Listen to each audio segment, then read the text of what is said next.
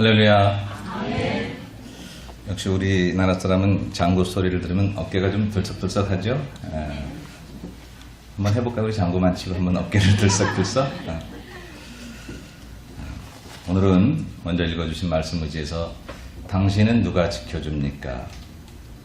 당신은 누가 지켜줍니까? 이런 제목으로 하나님의 말씀을 잠깐 나누려고 합니다. 먼저 오늘 우리 성도들을 통해서 초청받으시고 또 검연 받으셔서 우리 교회 오신 여러분들을 주님의 환영하고 축복합니다. 잘 오셨습니다. 우리 옆에 계신 분들 한번 인사 나누실까요? 잘 오셨습니다. 반갑습니다. 네. 어떤 분들은 그냥 갈게 쉽게 대답하시는 분들 계시지만 어떤 분들은 그렇게 대답하기가 참 어려우신 분들 계셨죠. 이거 그냥 쉽게 말했다간 또 가야 될 거고 간다고 약속했다가 또 가기 싫어질 거고 그런데도 오늘 오신 거는 그냥 계속해서 끈질기게 오라고 하는 소리 아마 징글징글해서 오신 분들도 계실 거예요. 그죠? 아이고 도대체 왜 이렇게 오라고 하느냐 도대체 왜 그랬을까요? 왜 여러분이 알고 있는 여러분의 친구들 또 아는 분들이 왜 오늘 교회를 그렇게 꼭 나오라고 이야기를 했을까? 우리가 살다 보면 내가 좋은 것들을 경험할 때 누군가 나누고 싶어지는 그런 마음들이 있잖아요. 모르던 식당을 하나 가봤는데 얼마나 맛있는지 분위기도 좋은지 그러면 제일 먼저 생각나는 게 뭐냐면 누구랑 같이 올까? 식구들하고 한번 왔으면 좋겠다. 내 사랑하는 친구하고 한번 왔으면 좋겠다. 이게 보통 사람들의 마음이잖아요. 우리 성도들이 여러분들을 초대한 까닭은 교회라고 하는 것 바로 이것이 여러분에게 소개해서 여러분의 인생이 절대 손해가 되지 아니할 것을 확신하고 사람들이 말하기를 인생을 광야 같다고 하는데 광야가 아름다운 것은 그 사막 속에 오아시스가 있기 때문이라고 어느 글에 있었던 것처럼 인생 살아가는 광야 같은 이 길에 교회라는 것이 우리 인생의 오아시스와 같은 역할을 할 것을 내가 경험했기에 우리가 경험했기에 여러분 모두에게 그렇게 초대한 줄로 믿습니다. 우리가 흔히 인생을 이렇게 어렵고 힘든 나그네와 같은 인생길이라고 얘기를 많이 하는데 여러분 어떻게 생각하십니까? 제가 이렇게 미국 오기 전에 한인 동포들을 생각했던 거하고 저도 미국 온 지 이제 20년 조금 안 됐습니다만 이민 와서 이렇게 살아보니까 참 이민자들이 열심히 살아가요. 얼마나 힘들고 어려운 줄 몰라요. 예전에 한국에 있을 때는 미국 간 사람은 다 띵까띵까 맨날 놀러 다니면서 잘 사는 줄 알았거든요. 근데 그게 아니더라고요. 그리고 이민의 삶이 참 어렵고 힘들다고 하는 거. 한국에서 한번 오신 분들은 그냥 우리가 자기들을 다 대접해야 되는 줄 알잖아요. 그냥 얼마나 우리가 바쁘게 사는지 잘 모르는 것 같아요. 이민자가 얼마나 어려우냐면 사람들이 사람을 구분할 때 이렇게 구분한다고 합니다. 세상에는 남자가 있고 여자가 있고 이민자가 있다. 이렇게 구분할 정도로 그렇게 이민자가 어렵다는 거죠. 저희 교원들을 볼 때에 또 제가 하는 여러분들을 볼 때에 참 열심히 살아갑니다. 애씁니다. 그래서 제가 우리 교우들에게 치하하고 칭찬해주고 싶은 것은 참 열심히 산다, 애쓴다, 수고한다 그런 얘기들을 해주고 싶어요. 근데 문제는 뭐냐면 열심히 살았는데 가끔씩은 근데 이게 뭐지? 뒤도 안 돌아보고 달려온 세월이 이미 나서 10년, 20년, 30년이 지났는데 내게 남은 것은 뭐지? 나름대로 미국 올 때 태평양 건너면서 그 당시에는 아메리칸 드림을 꿈꾸면서 그 꿈을 가지고 왔는데 이제 그 꿈을 잊어버린 지 오래고 하루하루 마치 목숨을 연명하듯이 똑같은 그런 쳇바퀴 같은 그런 삶 속에서 이거 하루라도 쉬면 폐만 내는데도 힘들고 살아가는데도 부대끼고 이런 경험들 속에서 도대체 이 삶이 뭐지? 라는 생각들을 할 때가 가끔씩 있다라고 하는 거죠. 그래서 우리들은 이렇게 살면 끝은 뭘까? 이런 생각들을 가끔씩 하면서 살아가는 사람들을 많이 만나게 됩니다. 여러분 혹시 그 국제시장이라는 영화를 보셨나요? 한국 분들이 많이 보셨죠? 여기 상영할 때 많은 분들이 가서 봤고 저도 가서 봤습니다. 황정민이라는 이제 배우가 주인공이 돼서 우리나라 어려운 시절에 개인 가정도 살리고 나라도 살린다는 마음으로 독일로 이제 광부로 파견 나가서 거기서 간호사인 아내를 만나고 참 어려운 시절을 별하별 모욕과 수모를 다 경험하면서까지 남의 사람들의 더럽고 수치스러운 부분들을 다 해결해 주면서 돈을 벌어서 그래서 다시 이제 고국으로 들어와서 살아서 이제는 할아버지가 돼서 부산에 이렇게 집을 살면서 자녀 손들을 다 보고 사는데도, 그런데도 불구하고 그 사람이 고집하는 게 뭐냐면 그 가게를 안 파는 거예요. 그 가게를 이제 다 처분하면 좋은 값으로 쳐준다고 하는데도. 근데 이제 그런 이유가 있었잖아요.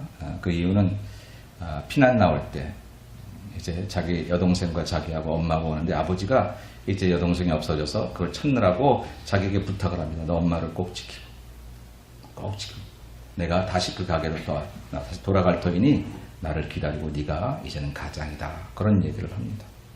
그 어렸을 때 아버지가 그런 얘기를 해준 것을 기억해서 그가 정말 열심히 살았어요. 다시 돌아올 아버지 앞에 부끄럽지 않게 하기 위해서.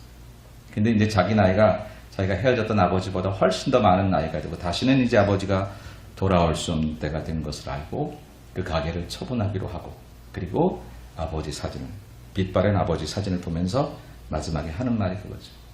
아버지, 좀 무척 힘들었어요. 좀 무척 힘들었어. 이 가게를 지키고 내 어머니를 지키고 내 가족을 지키고 어떻게 보면 내 나라를 지키고, 내가 이렇게 이런 것들을 지키기 위해서 내가 얼마나 애를 썼는지 모르면, 때를 따라서는 다른 사람들에게 아주 독한 노인이라는 소리를 들어가면서까지, 그러면서도 나는 이렇게 사는 게 참 무척 힘들었습니다. 그래도 아버지 앞에 부끄럽지 않기 위해서 이렇게 살았는데 저 정말 힘들었습니다. 이렇게 고백하더라고요. 우리의 고백 같아요. 우리가 열심히 사는데 세상이 꼭 덧없어서 그런 건 아니고, 꼭 세상이 막 부정적으로 이 세상은 나쁜 세상에 그래서 그런 건 아니고, 그냥 열심히 사는데도 불구하고 참 힘들어요.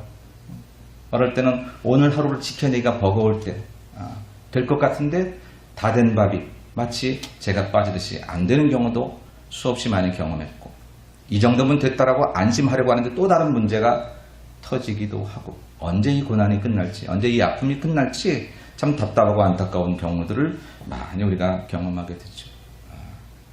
그래서 가끔 그런 생각 해보잖아요.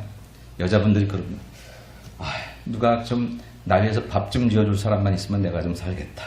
밥 한 그릇도 하나 나를 위해서 지켜줄 사람을, 만들어줄 사람을 우리가 구하기 쉽지 않은 그런 인생을 살아. 남자들은 야, 오늘 한번 직장 쉬고 누가 대신 나가서 직장 일을 좀 해줄 사람이 있었으면 좋겠다. 아이들도 그렇더라고요. 나 대신 학교 가서 공부해줄 사람이 있으면 좋겠다. 누가 해주지? 누가 해줄까요? 성경에 보니까 훌륭한 신앙의 사람도 우리랑 비슷한 고민을 했더라고요. 여러분 나눠드린 주보 안에 설교 노트가 이렇게 하얀 종이가 하나 있습니다.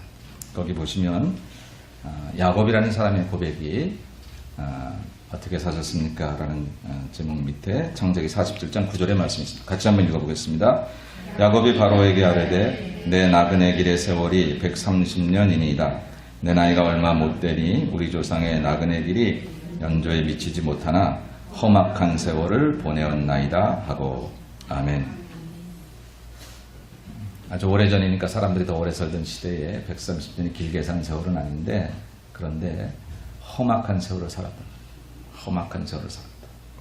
야곱이라는 사람은 아들을 12아들을 가졌었습니다. 그리고 그 12아들이 이스라엘 조상들이 됐기 때문에 사실은 성공한 사람이에요. 그리고 옛날에는 자식이 많으면 일단 부자입니다. 자식이 많으면 권세가 있습니다. 자식이 힘이에요. 자식이 재정적인, 경제적인 능력도 되는 것이고. 그러니까 그 정도면은 성공한 사람입니다. 그러나 그럼에도 불구하고 야곱은 내 살아온 인생길이 무척 힘들었다는 거예요. 어려웠다는 거예요. 고난했다는 거예요. 제가 이렇게 목회하면서 경험하는 건 뭐냐, 모든 사람들에게 걱정거리 없는 사람이 없고 문제 없는 사람이 없더라고요. 남 보기에는 우리가 깨끗하게 단장하고 또 나의 수치와 치부를 다 가려서 없는 것처럼 보일 뿐이지, 1대1로 만나 삶에 돌아온 얘기들을 해보면요, 다 눈물이 있고 아픔이 있고 고난이 있더라고요. 다 있어요. 오늘 야곱도 국제시장의 한 주인공, 우리 시대를 대표하는 우리의 모든 우리 어머니 아버지들, 아니 우리들조차도, 우리들은 다 어찌 보면 우리의 삶에 이렇게 고난과 어려움들을 가지고 살아왔던 사람들이라고 합니다. 그래서 가끔은 이런 질문을 해보는 겁니다. 누가 나를 지켜줄까? 누가 나를 좀 도와줄까? 누가 내 대신 내 인생의 어려움들을 좀 짊어지고 갈 사람은 없을까? 평생을 살아왔는데 내 자식들이 장가가서 아들 딸 낳고 사는데도 불구하고 나는 그 자식들과 그 손주들 걱정까지 지금 백발이 성성에서도 지고 가는 우리의 인생. 이것만 성공하면 내 걱정은 끝나고 내 근심은 끝날 줄 알았는데 또 다른 인생의 걱정과 삶의 무게들이 짓눌려지는 그런 우리네 인생. 이런 것 속에서 도대체 나는 어디서 위로를 받을 것이며 나는 누가 나를 도와줄 것이며 내가 내 가정을 지키고 그 위해서 내가 나를 지키기 위해서 애썼던 수많은 세월들 속에 과연 나는 어디에 있는가 하는 질문들을 우리가 가끔 할 때가 있다라는 거죠. 성경에는 그거에 대해서 참으로 우리에게 답답한 대답을 주는 구절이 있습니다. 그 구절이 뭐냐면 오늘 전도서 1장 2절로 3절의 말씀, 우리 한번 같이 누가 당신을 지켜주니까의 말씀에서 읽어보겠습니다. 전도자가 이르되 헛되고 헛되며 헛되고 헛되니 모든 것이 헛되도다. 해 아래서 수고하는 모든 수고가 사람에게 무엇이 유익한가. 아멘. 헛되고 헛되며, 헛되다는 말이 한 구절에 5번씩이나 나오고요. 해 아래서 수고하는 모든 수고가 사람에게 유익하지 않다라는 얘기. 이거를 누가 썼냐면 솔로몬 왕이 썼습니다. 여기 전도자가 이르되, 이 전도자는 솔로몬을 말합니다. 아무것도 가져보지도 못하고 누려보지도 못한 사람의 인생은 헛된 거야 라고 말하면 못 가져봤으니까 저러지, 못 누려봤으니까 저러는 거지 라고 얘기할 수 있겠는데, 솔로몬 왕은 실제 역사 가운데 있었던 왕이고 그 왕이 누렸던 부귀와 영화는 이 세상 그 어떠한 사람도 누려보지 못한 그런 전무후무한 복과 부귀와 영예를 누려본 사람이라고 하는 거죠. 근데 그가 경험해보니 아무것도 아니라는 거예요. 해 아래 새 것이 없다는 거예요. 그때 그거 가지고 너무 좋아했는데, 그것만 얻으면 내 인생은 그냥 행복인 줄 알았는데 조금 지나니까 그 기쁨도 퇴색되고 그것도 아니라고 하는 것. 그걸 솔로몬이 경험하면서 해 아래서 수고하는 모든 수고가 사람에게 유익한 것이 없다, 그렇게 이야기를 하죠. 이미 나서 그래, 그 정도 돈만 벌면 나는 정말 착한 일하고 선한 일하고 살 거야. 근데 아니에요. 그 정도 돈은 벌었는데 그거보다 더 많이 쓰고 있어요. 모자라요. 생각지 않았던 문제들이 여기저기 터져서 날마다 메꾸느라고 허덕이고 살아가고 있어요. 누군 착하게 살고 싶지 않은 사람이 어디 있겠어요? 누구는 베풀며 살아가고 싶지 않은 사람이 어디 있겠습니까? 누구는 사랑하며 살고 싶지 않은 사람이 어디 있겠습니까? 사랑하며 만났는데 왜 우리는 미워하고 싸워야 해요? 가정이 전쟁터 같아요. 전쟁터 같아요. 결혼식을 올리기 전까지 그렇게 아름답고 순해 보였던 서로들이 그 다음부터는 마치 서로가 원수인 것처럼 살아가는 우리네 가정들. 이 모든 수고들이 헛되다는 거예요. 그러면 인생이 이렇게 헛된 건가 이렇게 얘기할 수 있는데, 오늘 이 전도자가 말한 그 배경에는 전제가 있습니다. 그건 뭐냐면 하나님 없이 수고한 모든 수고는 우리 인생에서 헛될 뿐이다 라고 얘기하는 것입니다. 혹시 오늘 우리 중에는 교회를 처음 나오신 분이 계실런지 모릅니다. 뭐 나 세상에서 하나님 안 믿고 교회 안 다녔어도 난 착하게 살았고 열심히 돈 벌었고 자녀 잘 키웠고 지금 사는데 별 지장 없는데 이렇게 생각하는지 모르지만, 여러분 그것이 조금만 지나면 우리에게 참 기쁨을 주지 못하는 것임을 우리들은 수없이 경험하게 되지요. 경험하게 됩니다. 가장 궁극적으로는 곧 우리가 이 모든 것들을 내려놓아야 될 때가 온다는 거죠. 죽음이라는 것이 모든 사람에게 공평하게 찾아옵니다. 그럼 우리가 그렇게 벌었던 것, 가졌던 지식들, 관계들, 인맥들, 소유들, 이러한 것들이 우리에게 하등 쓸모가 없는 것임을 우리는 경험하게 되고, 그리고 그 다음 생에 대해서 우리가 알지 못하기 때문에 그 다음 생애에 대한 궁금증을 이것들로 해결할 수 없음을 우리들은 경험합니다. 그래서 인생에 갈증이 생겨서 결국은 허무하게 인생을 끝낼 수밖에 없는 것이 하나님 없는 사람들의 가는 길이다 라고 하는 것입니다. 하나님 없는 해 아래서의 모든 수고는 사람에게 아무런 유익이 없다라고 하는 거죠. 그렇습니다. 세계를 한때 제패했던 알렉산더 대왕이 젊은 나이에 세계를 제패했지만 젊은 나이에 죽었잖아요. 33살에 죽었어요. 죽기 전에 그렇게 얘기했던, 내 장례식에는 나를 이렇게 마차에 태워서 내 모든 몸을 가리고 손만 내놓아라. 양손만. 자기 손이 이렇게 맥이 풀려서 펼쳐질 것을 알았던 거죠. 가져가는 거 하나도 없다는 거. 그거 보여주는 거죠. 천하를 제패하고 천하를 다 가진 대왕이었지만 갈 때는 아무것도 가져가지 않는다. 탈무드에 보니까 사람은 태어날 때 모든 것을 가질 것처럼 손을 꽉 쥐고 아이들이 태어날 때, 우리 인생 마지막에는 살아보니 가져갈 것 아무것도 없다. 맥이 탁 풀려서 가는 게 그게 인생이라. 거기에 만약 하나님이 안 계시면 정말 무의미한 수고만 하다가 애만 쓰다가 가는 인생이 인생이라는 것을 얘기하고 있습니다. 여러분 열심히 일하시는 것 귀하고 존귀한 일입니다. 그러나 그렇게 열심히 일한 끝은 무엇일까요? 그 끝자락에 내가 계획하고 내가 생각한 아름다운 삶이 있지만 그래서 그 좋은 것들을 누리려고 하지만 누리기에는 벌써 내 인생의 몸도 늙어지고 마음도 늙어지고 관계들이 무너지면서 전에는 그것들 가지고 행복할 줄 알았는데 내 인생의 마음에 상처가 생겨지고 관계가 무너지면 아무리 좋은 것을 가져다 줘도 기쁨이 없는 인생이 되는 것. 그게 인생이다라고 하는 것입니다. 그런 걸 경험하고 나니까 솔로몬은 해 아래에서 우리에게 아무런 사람의 수고가 유익하지 않다. 그렇게 이야기를 한단 말입니다. 그러면 인생이라는 게 그렇게 덧없으면 막 살아도 되겠네? 그러나 그렇지 않죠. 왜 그러냐면 사람은 영적인 존재이기 때문에 그럴 수 없다는 것입니다. 우리가 영적인 존재이기 때문에 세상적인 것들을 많이 가지면 필요에 따라서 사용할 수는 있지만 그것으로 참 만족을 누릴 수는 없다라고 하는 것. 사랑이라는 감정을 누리고 싶은 사람 앞에 아무리 좋은 물질적인 것들을 갖다 줘야 그것들로 잠깐 한눈 팔고 눈이 돌아가고 그럴 수는 있지만 사랑이라는 감정이 채워지지 않으면 그 사람은 행복할 수 없는 것처럼 사람은 영적으로 만들어진 존재예요. 우리 몸 안에 하나님의 영이 거하셔서 그 영을 모실 수 있는 우리의 영이 그리고 우리의 혼이 우리의 몸이 우리의 육이 함께 어우러서 만드는 영적인 존재이기 때문에 하나님 없이는 인생이 참 만족이 있을 수 없다라고 하는 거예요. 아무리 배불러도 아무리 채워도 아무리 가져도 이제 오늘 우리들은 그 수고를 잠깐 그만하고 이런 질문을 다시 한번 하나님 앞에 해봤으면 좋겠네요. 하나님, 우리는 누가 지켜주나요? 내가 내 인생을 지키고 내 가족을 지키고 그리고 내가 나름대로 내가 사는 직장과 내 나라와 내 민족과 뭐 이런 것들을 지킨다는 명분 아래 열심히 살아왔지만 거기에 진정한 내 인생의 의미는 어디에 있을까요? 나는 누가 지켜주나요? 왜 이제 이런 질문을 하게 되냐면 여러분 우리가 살면서 가장 경험하게 되는 가슴 아픈 그런 경험 중에 하나는 뭐냐면 배신이라는 경험이라고 합니다. 배신. 힘들고 고난스러운 것들은 이겨낼 수 있는 힘이 있는데 배신을 당하게 되면은 참 사람이 그것을 이겨낼 수 있는 힘이 약해진다. 사랑하는 사람, 그렇게 믿었던 사람에게 배신을 당하면 그것만큼 아픈 게 없는 거예요. 근데요, 돈이 우리를 배신하더라고요. 우리가 그 돈이 우리를 행복하게 할 줄 알고 열심히 살았잖아요. 자식들이 아우성거려도 돈 벌면 내 자식을 행복하게 할 수 있을 거라고 생각하고 우리는 열심히 돈만 벌고 살았을 때도 있었단 말입니다. 근데 그렇게 벌어놓은 그 돈이 그동안에 망가져버린 내 자식을 해결하지 못하더라고요. 그 돈을 버느라고 부모의 사랑이 그리워서 딴 길로 간 그 내 자식을 내가 벌어놓은 그 돈이 지켜줄 줄 알았는데 배신하더라고요.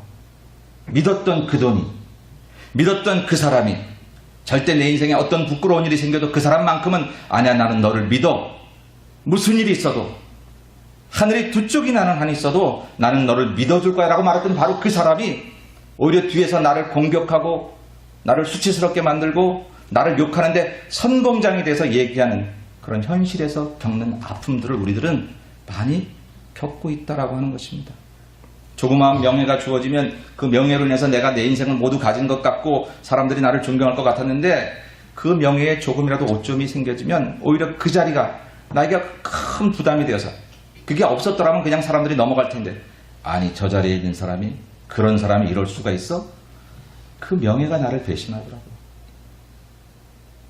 그 직장을 가지면 그 권력을 가지면 그 소유를 가지면 그것이 내 인생을 행복하게 할 줄 알았던 그 모든 것들이 오히려 나를 배신할 때가 얼마나 많은지 몰라요. 그렇게 열심히 일했건만 그렇게 일했던 수고가 나를 배신하고 그 직장을 위해서 최선을 다했는데 어느 날 갑자기 해고시키고 관계들이 무너지고 이런 경험들을 하니까 우리는 이 세상 속에서 그러면 나는 누가 지켜줍니까? 라는 질문을 아니할 수가 없다는 것입니다.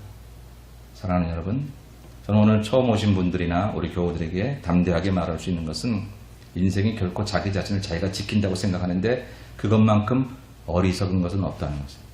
그것만큼 어리석은 것은 없습니다. 목숨을 가진 생물 중에 제일 손이 많이 가는 게 사람이에요.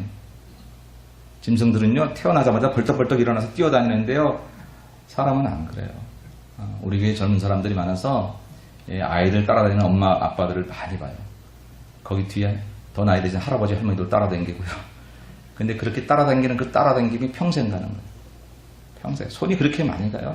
손이 그렇게 많이 가는 그런 생명이 그 인간인데요. 그렇게 지켜도 다 못 지켜요. 도대체 누가 내 인생을 지켜줄 수 있겠냐. 오늘 저는 바로 거기에 대답을 드리려고 합니다. 우리가 믿는 분을 우리는 하나님이라고 말합니다. 그리고 그 하나님은 우리 이론의 끝이 아니라 살아계신 인격입니다. 만약 우리가 공부를 잘하거나 남이 생각하지 않은 어떤 도를 잘 깨달아서 득도해서 얻는 진리를 깨닫는다고 하면 그 진리를 깨닫는 사람에게만 그것이 효과가 있을 터이나 우리가 믿는 하나님은 우리가 어떤 사람이 특별하게 깨달은 진리, 그래서 그 사람에게 해당되는 그런 하나님이 아니라 우리가 깨닫든 못 깨닫든 인정하든 인정하지 않든 하나님이 안 살아계시다고 주장하는 사람에게까지, 아니 다른 종교의 신을 참신이라고 믿는 그들에게까지 하나님은 살아계셔서 우리의 아버지가 되시고 창조주가 되셔서 우리의 인생의 주인 되신 하나님인 줄로 믿습니다. 바로 그분이 우리 하나님이기 때문에 그분만이 우리 인생을 철저히 지키시는 분이심을 믿으시기를 주의 이름으로 축복합니다. 여러분, 사람이요 어떤 물건을 쓰다가 망가지면 누구에게 가져갑니까? 그것을 수리하는 사람에게 가져가는데요. 누가 수리를 제일 잘할 것 같으냐면 사실은 만든 사람이 제일 수리를 잘하는 거죠. 우리 차가 처음 만들어지던 미국 시대에 어떤 사람이 이 포드 자동차를 타고 가다가 차가 망가져서 길가에 서 있는데 어떤 노인네가 와서 자꾸 기웃거리는데 정신없다거나 지금 차가 망가져 내가 고쳐드릴까요? 아니요, 필요 없다고. 당신이 뭘 고치냐. 근데 해도 안 되니까 나중에 한번 해보실래요? 근데 그분이 툭 건드리니까 고쳐졌다는. 그 사람이 누구라고요? 포드 자동차의 포드였다라고 하는 것이죠. 만든 사람이 가장 잘 고칠 수 있습니다.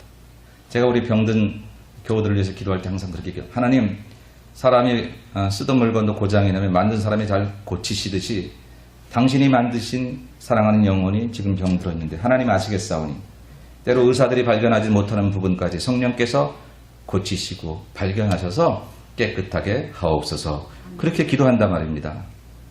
저와 여러분의 인생을 누가 지켜줍니까? 내 돈이? 내가 가진 명예가? 내 건강이요? 그렇지 않습니다.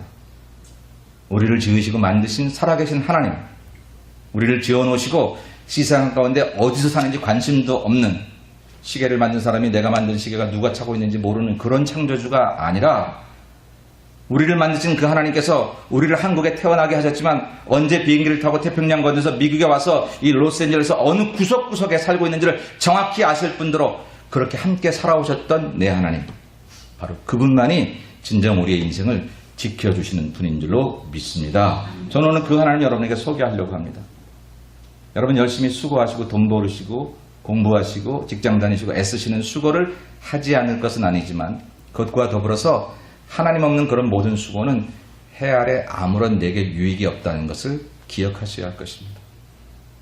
하나님만이 내 인생을 지키시는 분이심을 고백하고 하나님 안에서 돈 벌 때 그 돈이 나를 유익하게 하고 다른 사람을 풍요롭게 하고 내게 주신 건강이 나로 범죄하는 게 아니라 아름답게 사는 모습을 보여줄 수 있는, 나이가 들어도 삶의 더 큰 즐거움을 누릴 수 있는 그런 건강함이 되는 것이고, 하나님 안에서 주어지는 내 명예가 오히려 나를 낮춤으로 많은 사람들에게 삶을 향기나게 하는 것이지, 그냥 내가 가지고 있는 것들은 결국 썩어서 냄새가 날 것 같은 것들로 나를 전락시키는 것, 그것이 우리가 사는 역사 속에서 경험하는 일들이다라고 하는 것입니다. 그래서 오늘 성경은 우리에게 하나님이 우리를 지키신다는 얘기를 이렇게 고백하고 있는 것입니다. 그것이 오늘 시편 121편에 읽었던 말씀입니다. 당신은 누가 지켜주십니까? 하나님이 지켜주신다는 게 성경이 우리에게 대답하는 진리라고 하는 거죠. 오늘 저는 그것을 간단하게만 몇 가지만 말씀을 드려보려고. 하나님 우리를 어떻게 지키십니까? 첫째, 하나님 우리를 실족지 않게 지키십니다. 여러분 설교 노트를 보시고 3, 4절의 말씀을 같이 봅니다. 여호와께서 너를 실족하지 아니하게 하시며 너를 지키시는 이가 졸지 아니하시리로다. 이스라엘을 지키시는 이는 졸지도 아니하시고 주무시지도 아니하시리로다. 아멘. 미국에 오니까 아이들 그냥 수영장에 그냥 못 보내게 하더라고요. 13살 이하짜리는. 워치해야 된다. 뭐죠? 워치하는 게 지켜보는 거잖아요. 빠지는 거, 빠지네, 잘 빠지네, 그거 보는 게 아니잖아요. 빠지면 달려가라는 거죠. 구해내라는 게 워치하는 거, 지켜보는 것입니다. 하나님이 졸지도 주무시지도 아니하시고 우리를 지켜보고 계시며 우리를 지키시는 분이라는 게 성경에 우리에게 얘기하는 진리인데 특별히 실족하지 않게 지키시는. 전 이 말이 얼마나 좋은지 몰라요. 여러분 우리가 잘못을 범한다 해도 평생 매일같이 범하는 잘못이 아닙니다. 어떤 사람이 뭐 저런 사람이 다 있어 그렇다고 해서 그 사람이 24시간 계속 나쁘지 않아요. 좋은 것도 많아요. 잘하는 것도 많고.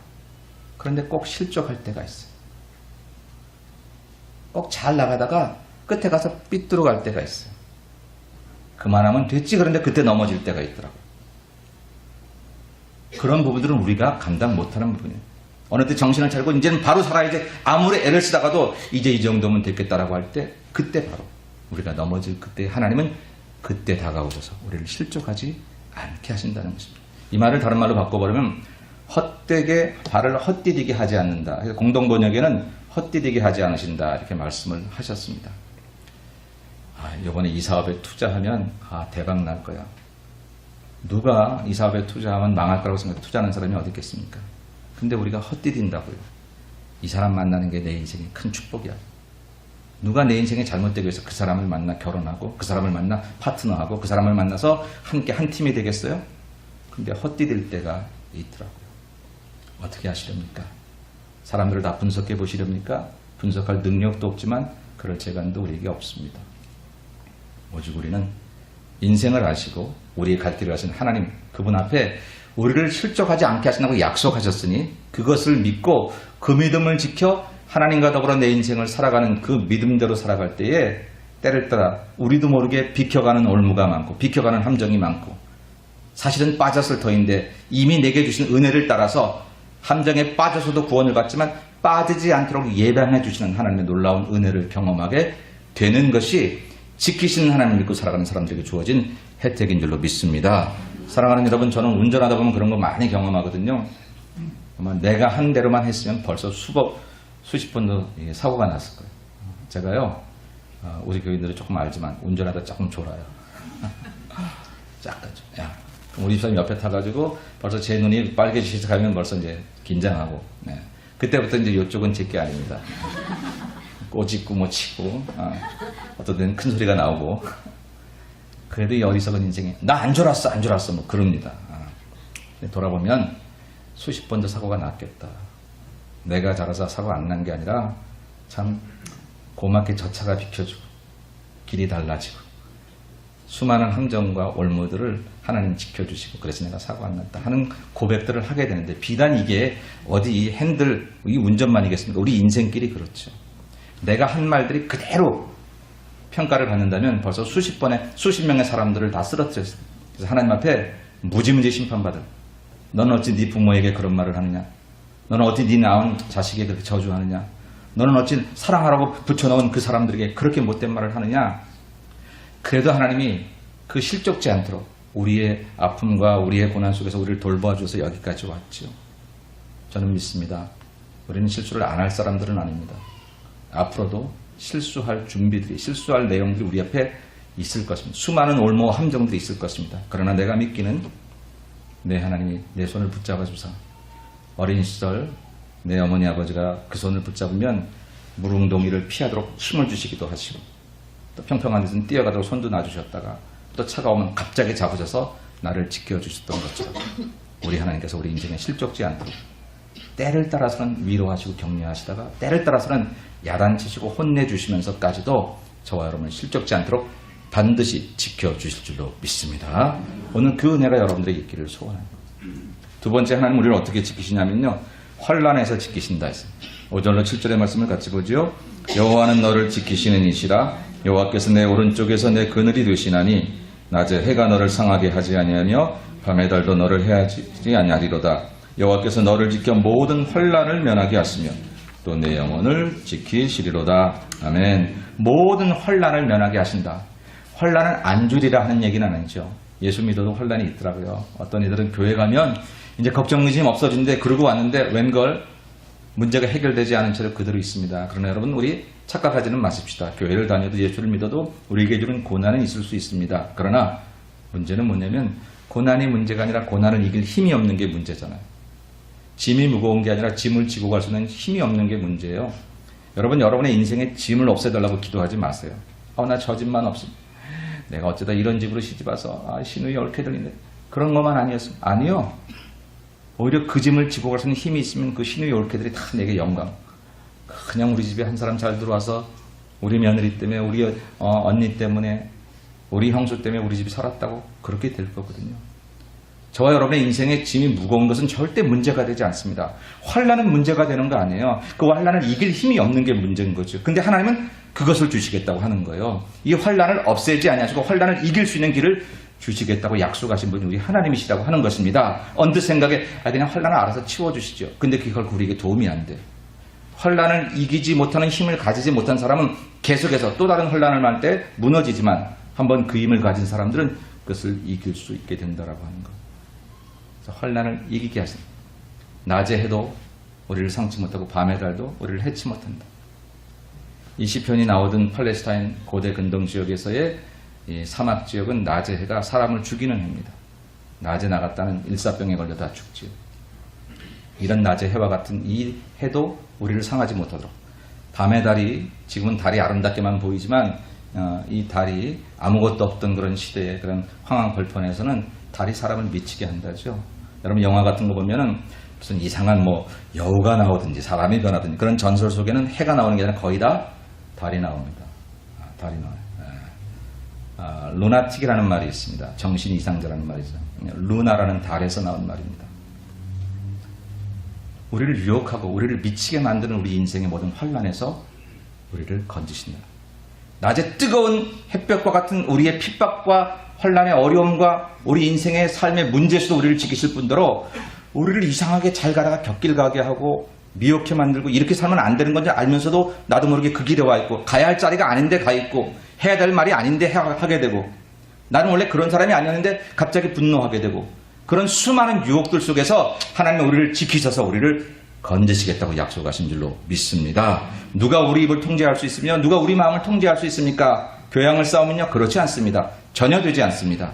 나이가 좀 먹으면 그렇지 않습니다. 희한하게 나이가 먹어도 더 어린애와 같아질 때가 많이 있는 것이죠. 오직 하나님만이 우리의 인생의 환난에서 우리를 구하실 수 있는 믿음을 가지고 그에게 나의 삶을 맡기고 살아갈 때에 하나님이 나를 다듬으셔서 환난에서 구하시고 유혹에서 나를 건지시는 줄로 믿습니다. 오늘 이 하나님을 여러분들이 만나기를 소원합니다.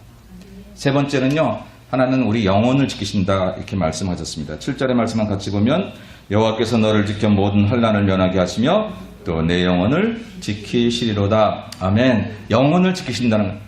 여러분 누가 영혼을 지킬 수 있습니까? 여러분이 여러분의 영혼을 지킬 수 있습니까? 세상에 수많은 그런 공적을 쌓으면 우리 영혼이 죽을 영혼이 산 영혼이 되든가요? 우리 중에는 지금까지 여러분 죽은 이후의 삶에 대해서 대답을 못 가지신 분들도 계실 것입니다. 오늘 그 얘기를 다 할 수 없지만 우리가 믿는 것은 교회를 다니는 믿음의 사람들이 믿는 것은 우리는 목숨이 끊어져도 다시 살아 영원히 산다는 것을 믿습니다. 그까짓 거 죽어봐야 알지. 세상에 해봐야만 아는 것이 진리가 아니라 해보지 않아도 우리에게 주신 은혜를 따라 알 수 있는 것들이 있는데 그 중에 가장 귀한 것이 영생에 대한 믿음입니다. 근데 하나님은 그 영혼을 지키신다는 거예요. 영혼은 내가 빌딩을 수없이 많이 가지고 있어도 지켜지는 것 아니고요.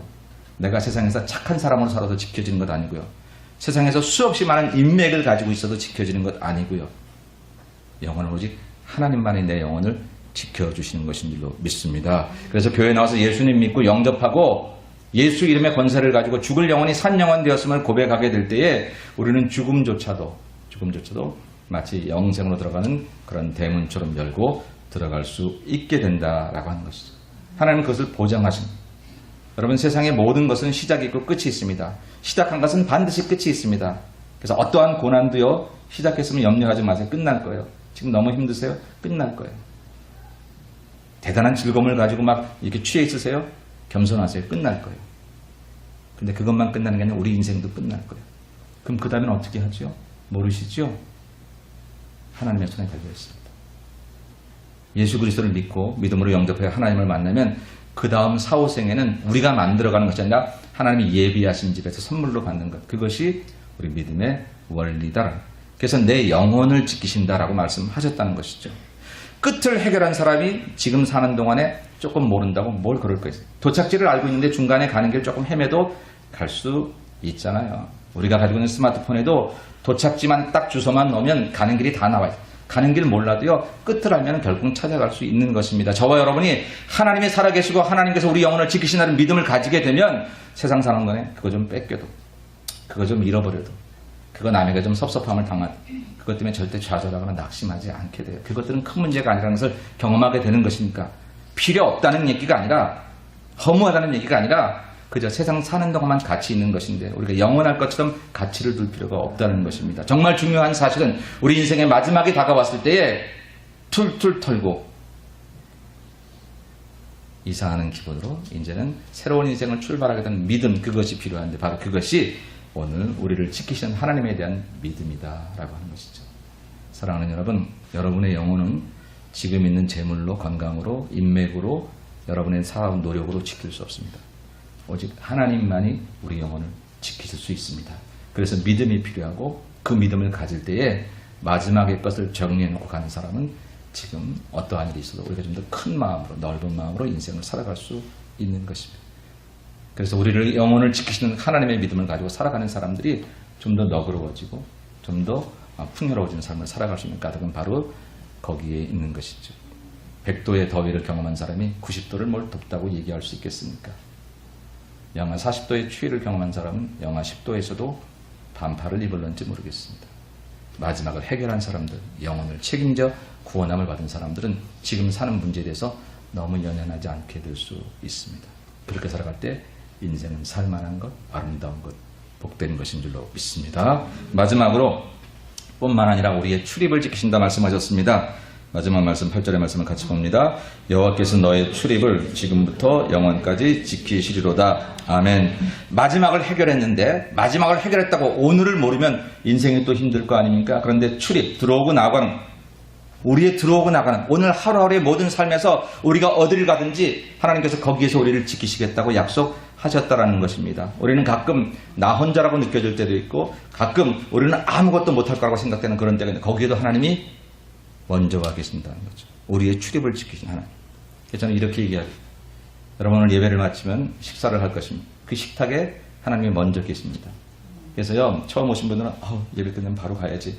남하고 앉아서 모르는 사람하고 앉아서 밥 먹으면 뭐해. 그런데요, 체할 거야. 그런데 그렇지 않아요.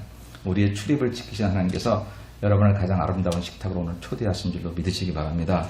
내가 아는 것만이 내 인생의 복이 아니고요. 오히려 내가 모르는 것 가운데 더 큰 복이 숨어 있는데 우리는 어리석어서 내가 아는 것 아니면 막 안 가려고 그러고 안 하려고.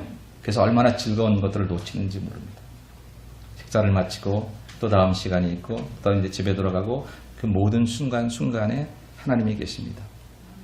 여러분의 집에도 내일 직장에 나갈 때도 그 출입을 하나님이 지키십니다. 그 믿음을 가지고 나가시면 직장 다닐만 합니다. 하나님 바꿔주기 전까지는 천직인지라고 다닐 수 있습니다. 가정도구도 별로 없고 맨날 싸우고. 그런데 여기 하나님이 계시다고 믿어지면 이제부터 그 하나님께 중재자 모시고 내가 조금 더 겸손한 마음으로 살아갈 때 어느덧 나보다 저 사람이 문제인 줄 알았는데 내가 문제임을 깨닫고 달라지게 되죠. 출입을 지키신 하나님 앞에 내 모든 걸음걸음에 함께 하시는 내 인생의 영원한 동반자가 계시다고 믿어지면 저와 여러분의 인생은 훨씬 편안하고 아름다운 인생이 될 줄로 믿습니다. 여러분은 누가 지켜줍니까? 여러분의 돈이요? 쓸 만큼 벌으시고 아름답게 베푸시면 또 다른 돈을 채워주시겠으나 그 돈이 우리를 지키지 못합니다. 사랑하는 사람들이 내 옆에 있는 것은 귀한 거지만 그들이 내 인생을 지켜주지는 못합니다. 그 사람 믿었는데 나를 이렇게 뒤통수를 쳐? 그게 정상입니다. 상관하지 마세요. 그렇게 지켜줄 거라고 믿었던 내가 잘못이에요. 명예가 권력이 그렇지 않습니다. 살아계신 하나님, 나를 내시고 이 땅에 창조하시고 내 인생길을 지금도 계획하고 계시면서 나의 출입을 지키시기 위해서 어쩌면 그 고난의 현장에 나보다 먼저가 계셔서 그 고난을 내가 이길 수 있는 힘을 주시려고 나를 그 고난으로 초대하시는 내 하나님, 바로 그분만이 우리를 온전히 지켜주시는 줄로 믿습니다. 우리들은 그 하나님을 경험했기에 이제 오늘 여러분 모두에게 다시 한번 그 하나님을 믿는 믿음으로 여러분들을 초대합니다. 사랑하는 여러분, 하나님 앞에 나오셔서 저의 인생을 모두 맡기시고 나를 지키는 하나님 앞에 두 손 들고 항복하면 그때부터 내 인생에 하나님이 역사하시는 새로운 인생이 출발됩니다.